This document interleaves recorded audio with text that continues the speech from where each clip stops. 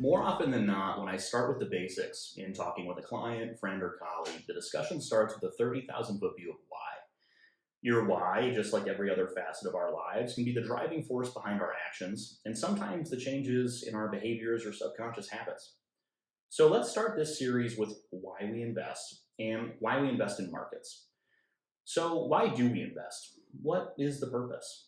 Most of us know that savings is savings and that generally you're looking to put away money for future years.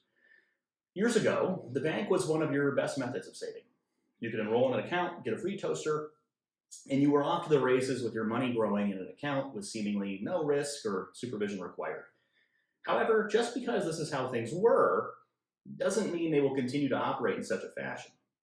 But here we are. The year is now 2020, and we still have the same general concepts of saving, but times have changed.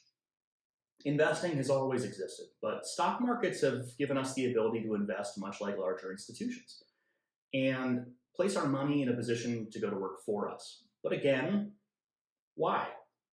I love stories, so let's put this in a bit of context using that medium.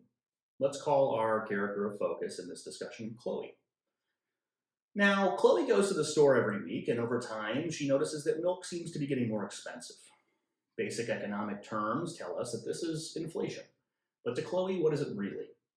Simply put, Dave's Dairy took the old price tag off and put a new one on. To Chloe, the only thing that matters is that what once cost $1 is now $1.25, now $1.45, and then $2, and so on. So what's Chloe to do? Now, of course, Chloe can simply take it at face value and continue shopping as she always does. But how is she going to keep pace with the price as she grows older? She really only has a few options. Option one, Chloe can earn more, save more, and work towards having enough money to account for the rising costs that her future holds. Option two, Chloe says enough is enough. She buys 3 cows and starts Chloe's Cow's Dairy. Chloe now has control over the prices, ownership of the cows, and is now keeping pace with rising milk prices as she is one of the people that controls what she charges. She can grow in how many cows she has over time, expand her business, and take over the cow world. But what if her condo doesn't allow cows? Option 3, Chloe buys a small percentage of ownership in the form of stock. Chloe is now buying fractional ownership in the companies that are raising these prices to keep pace with inflation and demand. She is now participating rather than falling victim of rising prices of goods. And what if she could do the same thing with her bread, her eggs, the software she uses, her car?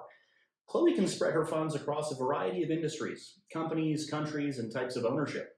She can diversify how she allocates her money into companies that have growth potential, a solid track record of stability. Investing in these companies helps Chloe grow with the companies, profit with the companies, and create dollars she needs to keep her buying milk for years to come. Now, in conclusion, investing is a decision between being forced to follow inflation or taking a diversified ownership approach to a growing economy.